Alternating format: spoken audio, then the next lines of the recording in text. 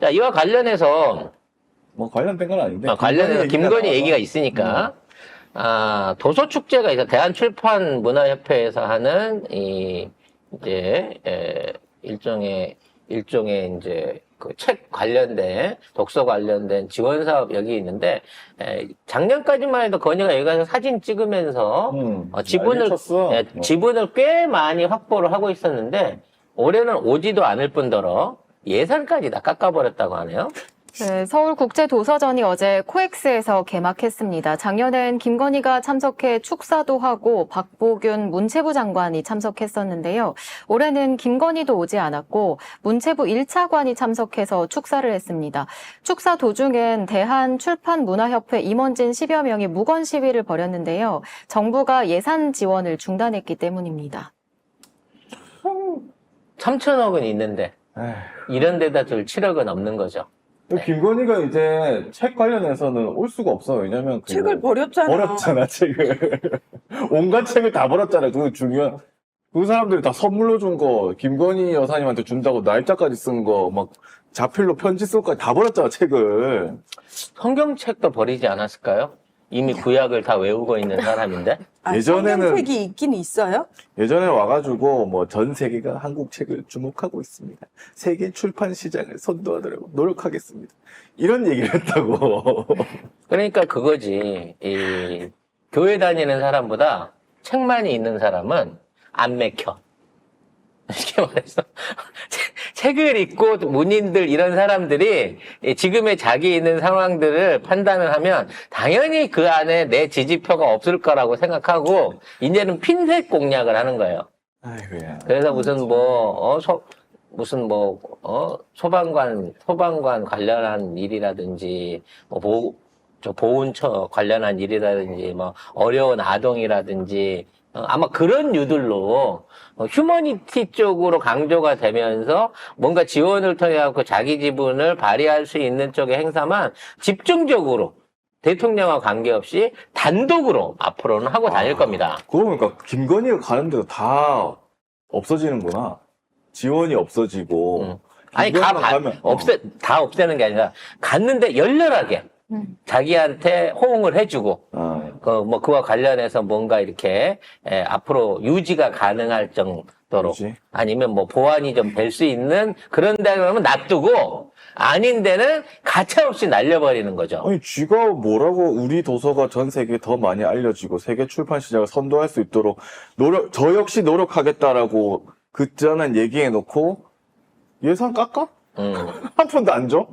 왜냐면 이런 데 쓸 예산이면 차라리 정신건강 사업에 쓰는 게 낫겠어. 이렇게 판단하겠죠. 근데 작년 6월 14일에는 김건희 여기 와가지고 서울국제도서전 와가지고 책은 또 안 샀어.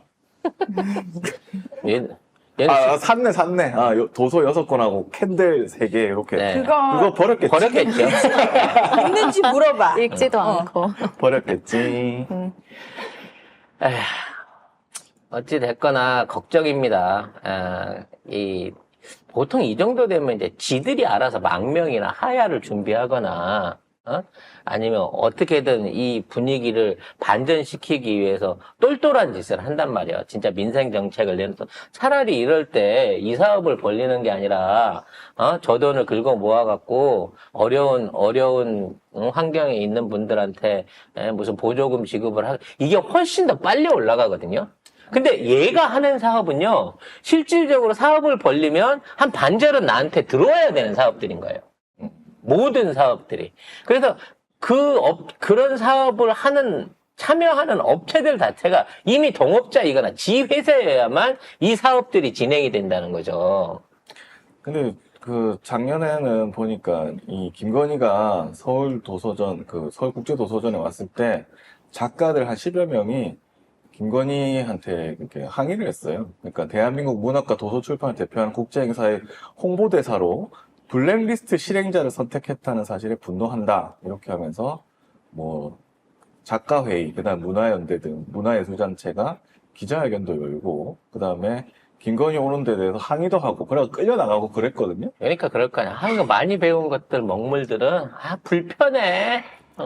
말 못하는 개가 제일 좋아. 뭐 이런 거 아닐까요? 말도 못하게 하고 이런 꼴을 당하느니 나는 안 간다. 야 예산 끊어 이렇게 된 것 같아. 아무튼 보건복지가 또 저쪽에 달려 있어갖고 더 지랄 같기는 하지만 아직 보건복지가 우리 쪽에 달려 있으니까 이와 관련해서 박주민 의원이 나서가지고 박주민 위원장이 나서갖고 이거 철저하게 검증해갖고 이거를 단수면 못하게 하더라도 실행만이라도 시기를 늦춰야 됩니다.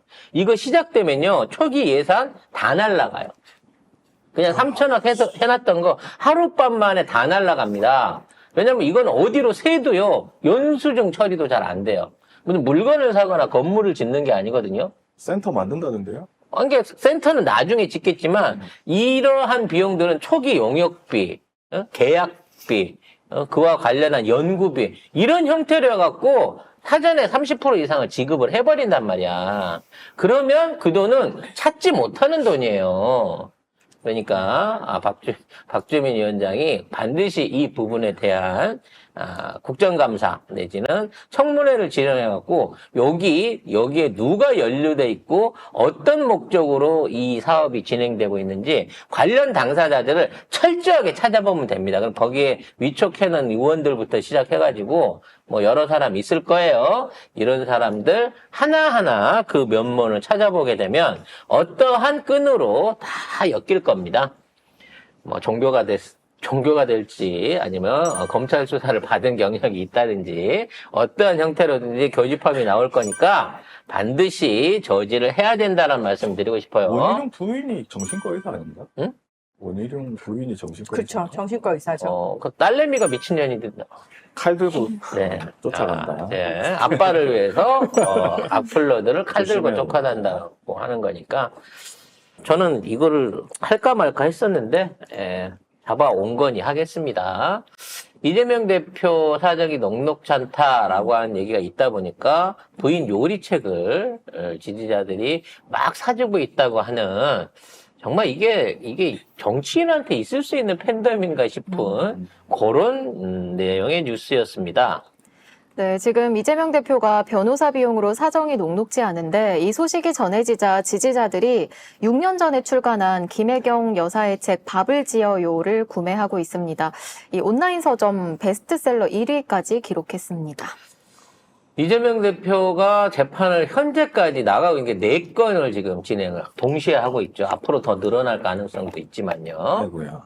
근데 그 변호사들을 선임을 하는데 이미 과거에 변호사비 대납건으로 이것도 쌍방울이네요. 생각해보니까 곤욕을 치른 적이 있지 않습니까? 물론 이제 이재명 대표 스스로가 변호사이시기 때문에 본인이 본인 변호를 하셔도 법으로 큰 문제는 없겠습니다만 당무도 있고 해야 될 일이 많다 보니까 변호사들을 쓰신단 말이에요. 근데 예를 들어 자원봉사를 내가 해줄게요. 라고 나서도 안 돼요. 그렇게 하면 안 되는 상황인 거예요. 법으로 걸려요. 그래서 그에 맞춰가지고 변호사비를 줘야 되는데 이게 한 번으로 안 된단 말이야, 재판대로. 그러면 아무리 싸게 줘도 기본적으로 수임료만 해도 500이 넘잖아요, 요즘 웬만한 변호사 비용들이. 거기에 재판마다 두세 명씩 그렇게 하게 두세 명, 4명까지도 이렇게 해갖고 재판을 진행을 하게 되면 4건이면 16명을 변호사에 써야 되는 거야. 어? 근데 이재명 대표가 돈이 어딨어요. 솔직히 말해서. 우리 이재명 대표 재산 뻔히 알잖아요. 아니, 어떻게 이렇게 돈을 못 모았어? 정치인 이 양반하고 송영길 대표는. 왜 이렇게 돈이 없는 거야? 다른 데는 막 재단도 있고 그런데. 김건희 아무것도 안 해도 70억이 넘고. 난 막 활용당해도 막 네. 20억씩 돈이 들어오는데. 진짜. 하여튼 이런 상황에서 변호를 하려는 사람, 선임을 하려는 사람들도 진짜 곤욕인 상황에 일을 치르고 있는 거예요. 그러니까 뭐 돈도 돈이지만 정신적으로 얼마나 힘드시겠습니까? 근데 이 얘기가 이재명 대표 입에서는 나온 적이 없는데 그 새날이죠. 제가 있었던 새날 채널에서 이와 관련된 그 방송이 좀 있었고, 그 이후에 지금 이 도서 구입을 통해 갖고 그 인세로 변호사비를 보태주려고. 왜냐면 이거를 변호사비입니다 하고 정치연금을 받으려고 하더라도 지정해놓은 목 이상은 받을 수가 없거든요. 그리고 그렇게 정치연금을 받으면 그걸 변호사 비용으로 못 써요.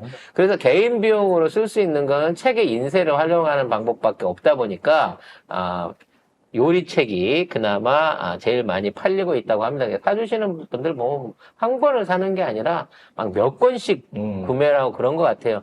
정말 감사한 일이고 정말 고마운 일이라고 생각해요. 그리고 이러한 팬덤이 있다는 것 자체가 이재명 대표가 그동안 해왔던 거나 지지자들의 기대를 보여주는 거랑 뭐 마찬가지라고 생각을 합니다.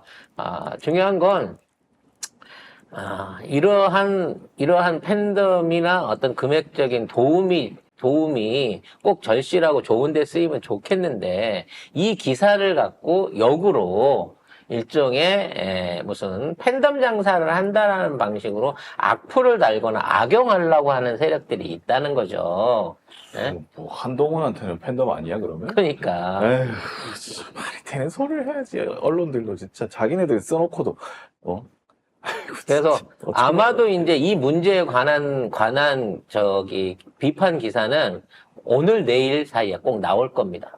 팬덤 장사 한다라고 하는. 그리고 조등종이 이거 갖고 또 물어 뜯을 거예요. 왜냐면 애초에 이런 얘기를 이재명 대표가 부탁을 해서 한 것도 아니고, 자발적으로 이제 새날 방송에서 해준 게 결국 빌미가 이렇게 됐는데, 너무 성원을 받고 있다 보니까 이걸 갖고 비난하는 세력들이 생길 거라는 거죠. 그래서 지금은 이제 당대표도 아니시기 때문에 아침마다 그 전체 회의 하고 있는데 한 자리가 비어 있는 게 너무 마음이 불편해요. 박찬대 원내대표 옆자리가 비어 있는 게. 그냥 빨리 복귀하고 정상적인 어떤 걸 하기 위해서라도